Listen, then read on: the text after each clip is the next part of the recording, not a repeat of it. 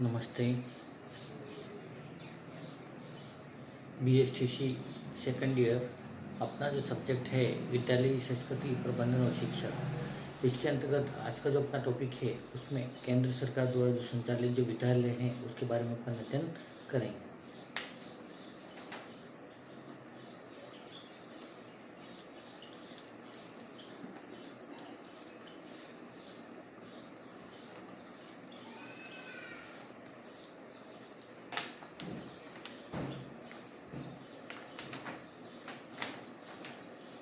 केंद्र सरकार द्वारा जो संचालित जो विद्यालय हैं उसके अंतर्गत केंद्र सरकार द्वारा जो विविध प्रकार के विद्यालयों का संचालन किया जाता है और इन विद्यालयों में गुणात्मकपूर्ण शिक्षा प्रदान करने का तथा छात्रों का सर्वांगीण विकास करने का दायित्व केंद्र सरकार का है।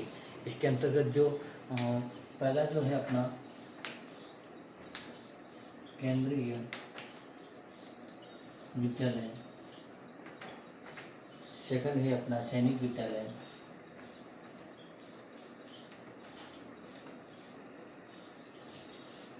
और थर्ड है अपना नवोदय विद्यालय।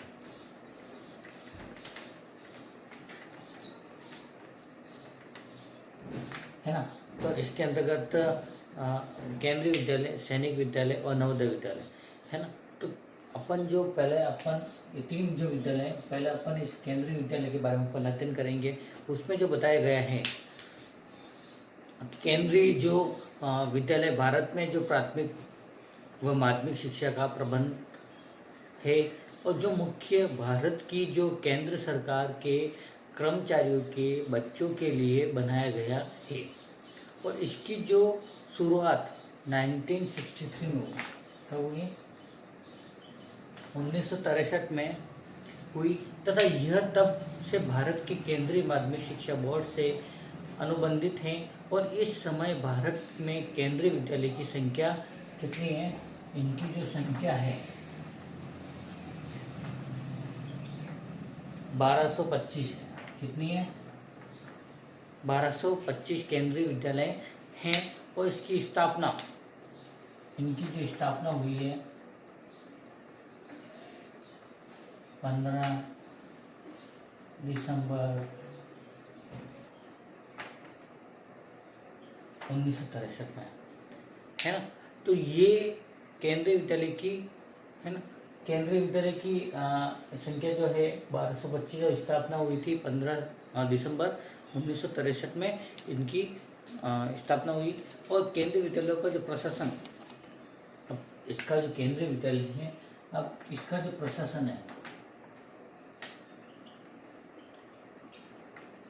का जो प्रशासन है उसमें केंद्रीय विद्यालय भारत में प्राथमिक व माध्यमिक शिक्षा का प्रबंध है जो मुख्यतः भारत की केंद्र सरकार के कर्मचारियों के बच्चों के लिए बनाया गया है। इसमें केंद्र सरकार की जो आवश्यकता है, अब इसकी आवश्यकता,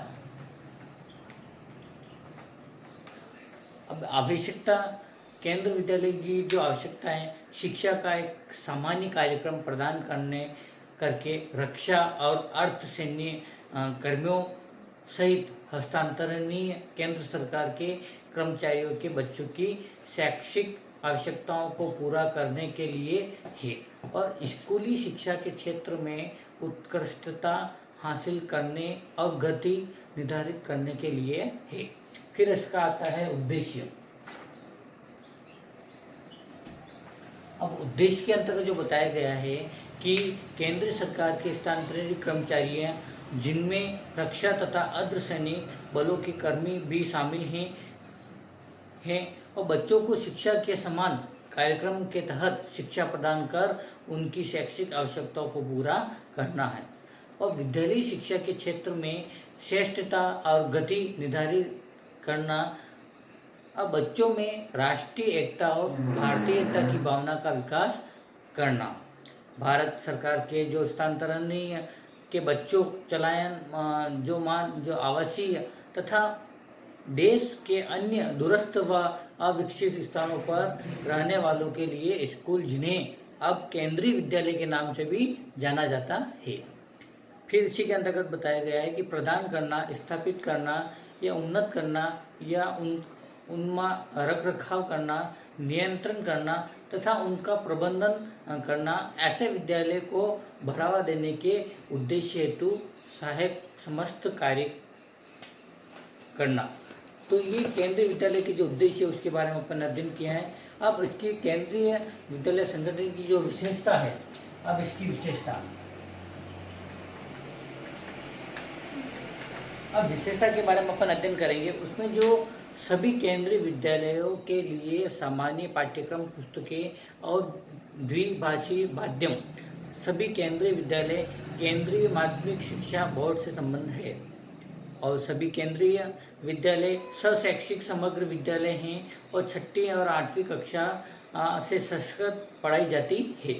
इसी के साथ में एक उपयुक्त शिक्षक विषय शिष्य अनुपात द्वारा शिक्षण की जो गुणवत्ता को यथोचित रूप से उच्च रखा जाता है और 8वीं कक्षा के लड़कों के लिए कोई भी शिक्षण शुल्क नहीं, 12वीं कक्षा तक की लड़कियों और KVS कर्मचारियों के SSC और SST छात्रों और बच्चों के लिए के अंतर्गत बताया गया है। जो केंद्रीय विद्यालय जो संगठन की जो मुख्य विशेषता उसके बारे में अपन अध्ययन किया।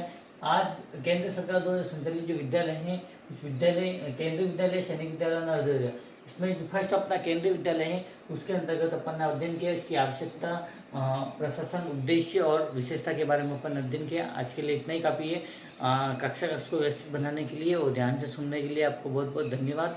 और घर पे रहिए और सुरक्षित रहिए।